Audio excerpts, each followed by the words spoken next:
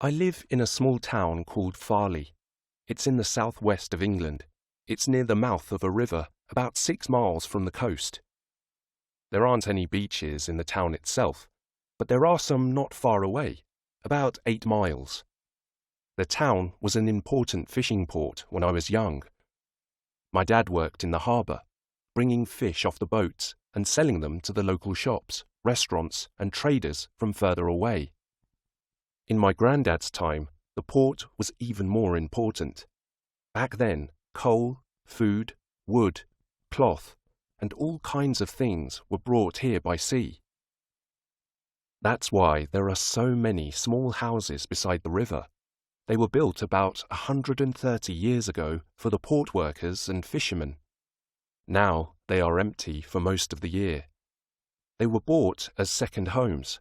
The owners stay in them for a few weeks a year and rent them out for the summer. But for the rest of the year, nobody lives there. It's such a shame. This busy, important town is now silent. It's terrible for the local businesses. Our local restaurants only open for a few months and then they close too.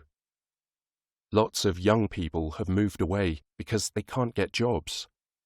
The houses are too expensive and there's nothing for them to do here. It's really sad. I guess there are some positives though. The river is a lot cleaner than it used to be when I was a boy. I remember going fishing with my dad sometimes. The river was really smelly and full of rubbish. Now, it's much more pleasant and I catch a lot more fish. And out of season, the beaches are empty.